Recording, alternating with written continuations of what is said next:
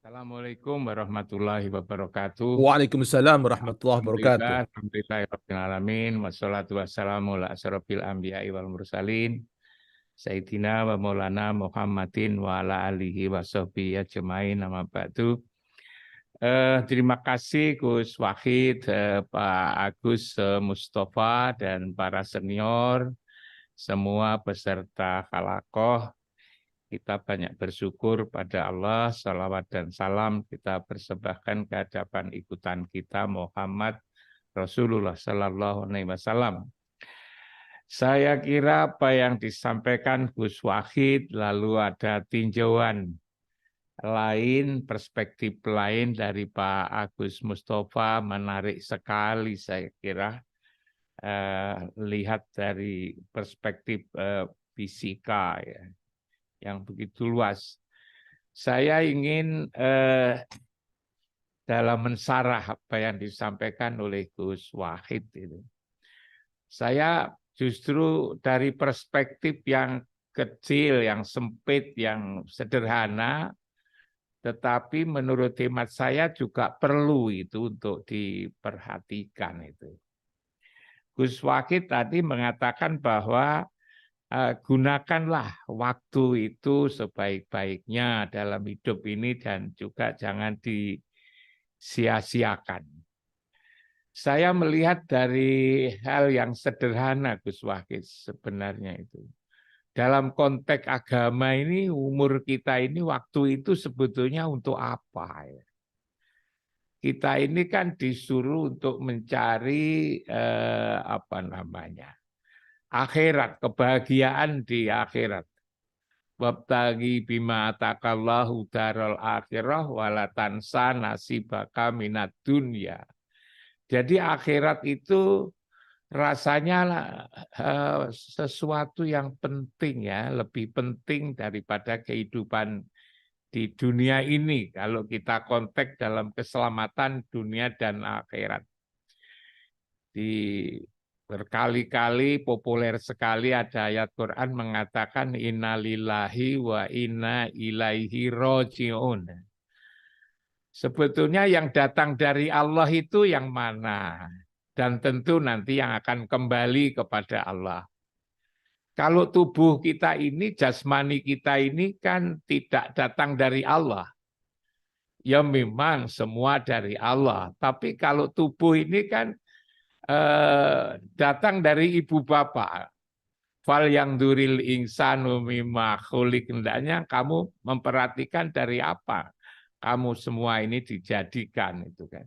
Kan datang dari ibu bapak itu yang pertemuan antara ovum dengan sperma lalu menjadi bibit lalu tumbuh dan berkembang.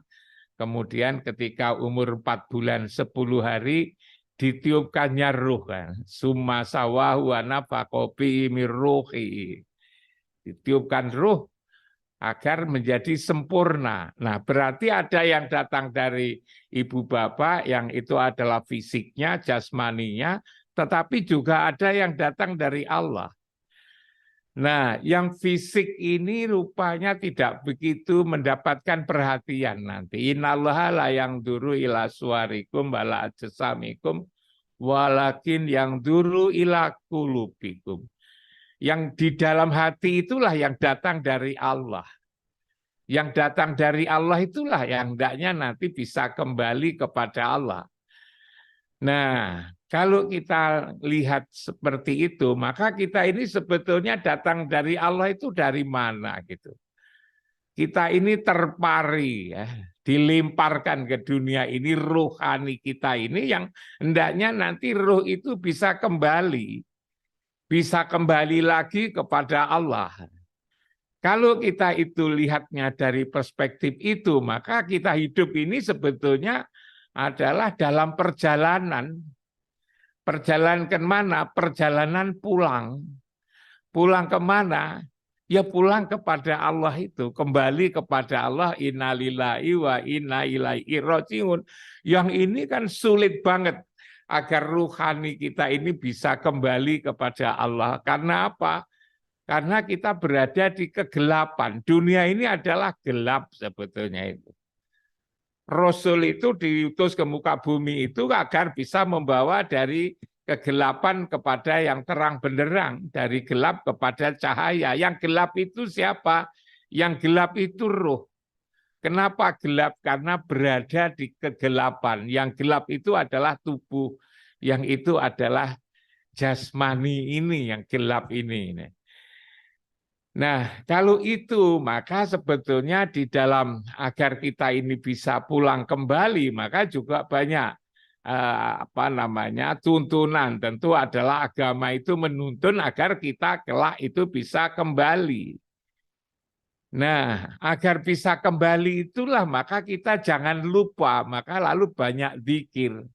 Jangan sampai ketika kita berada di jalan pulang ini, kita terlalu disibukkan di jalan. Lupa, kita tidak tahu bahwa tugas kita ini adalah pulang, tetapi di perjalanan ini kita mikir macam-macam. Dipengaruhi oleh yang namanya kecantikan, dipengaruhi oleh yang namanya jabatan, dipengaruhi oleh kehidupan keduniaan ini yang begitu mengganggu seperti begini ini. Nah, inilah keluar dari problem kehidupan dunia yang mengganggu kepulangan kita, yang tatkala kita pun pulang hendaknya innalillahi wa inna ilaihi rajiun, itulah yang jadi problem. Maka kalau saya memaknai Gus Wage tadi hendaknya digunakan itu digunakan untuk menuju pulang, jangan terlalu banyak beban di dunia ini. Lalu untuk bisa pulang ini menurut hemat saya harus tahu jalan menuju pulang. Jalan menuju pulang itu di mana? Pulangnya ruhani ini. Yang kedua adalah alamat pulang. Karena kembali kan ke tempat asal. Tempat asal kita itu di mana? Ini yang harus dikenali, tempat asal ini. Kalau itu dari sisi tubuhnya, karena tubuh dari tanah, kembalinya ke tanah.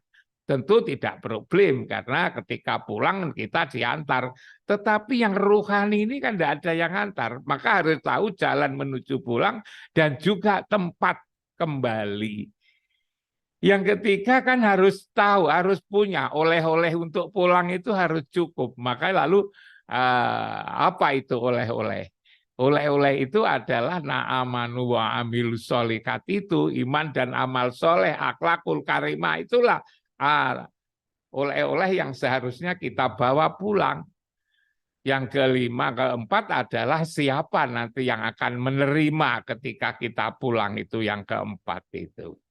Itu kan juga ada dua kemungkinan di surat Al-Fajr itu ayat 27 sampai selesai itu kan menggambarkan kepulangan yang itu begitu indah. Ya ayat Tuhan nafsul mutmainnah irji'i ila rabbiki radiyatan mardiyah fadkhuli fi ibadi wadkhuli jannati.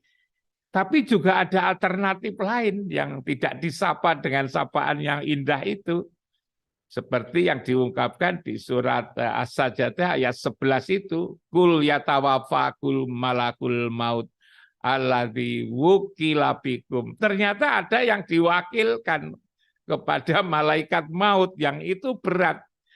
Yang Allah sendiri rupanya tidak mau menemuinya ini.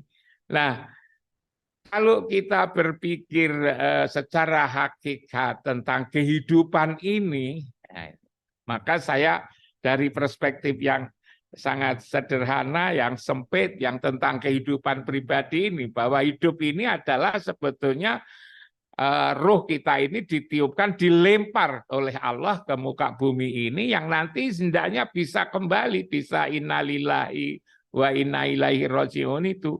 Bagaimana waktu ini kita manfaatkan yang katanya Gus Wahid itu, jangan sampai lalu tersia-siakan, apalagi lalu tatkala dalam perjalanan pulang itu malah sibuk di permainan keduniaan ini. Dunia ini adalah laibun walahbun itu. Maka yang sekiranya kalau menurut pandangan saya dari perspektif yang sempit ini, bagaimana yang kita pikirkan kita bisa kembali itu. Agar bisa kembali maka harus tahu jalan menuju kembali, harus tahu tempat kembali, alamat, harus tahu bekal kembali, dan harus tahu siapa yang akan menerima tatkala kita kembali nanti. Nah, kita berpikir seperti itu, Gus Wahid, maka perintah agar mencari akhirat itu, tapi jangan melupakan dunia. Jadi dunia ini sebetulnya hanya sebatas jangan lupa, tetapi ketika di dunia kita juga jangan kalah, kan gitu yang dimaksud oleh Gus Wahid. Kalau di dunia kalah kan kita itu lalu kemudian juga dijadikan budak, katanya itu jadi bulan-bulanan orang lain, maka kita harus kuat. Bagaimana harus kuat? Maka 7 aspek yang dulu pernah saya sampaikan, ialah kita kokoh itu, otak kita kuat, tulang kita kuat, urat kita itu kuat agar bisa berkuasa. Yang kedua, kita punya motivasi, keinginan. Lalu kemudian yang ketiga adalah ilmu yang letaknya ada di dalam hati. Lalu semangat hidup yang ada di jantung. Lalu kemudian kemampuan mendengar yang ada di telinga, kemampuan melihat yang ada di dalam mata, lalu kemudian juga kemampuan berkomunikasi. 7 aspek ini yang harus diperkokoh untuk kehidupan di dunia. Lalu kemudian juga di akhirat tadi. Saya kira itu, Gus Wahid. Terima kasih. Saya lihat dari perspektif individu pribadi ketika itu di perjalanan ini, di tempat main-main di dunia ini, bagaimana agar kita bisa pulang. Kita di perjalanan ya enak dunia ini, tetapi ketika kita pulang jangan sampai tidak tahu alamat pulang, jalan menuju pulang, oleh-oleh pulang, dan siapa yang akan menerima ketika kita kelak pulang. Luar Makasih, biasa. mudah-mudahan bisa jadi bahan pertimbangan. Assalamualaikum warahmatullahi wabarakatuh.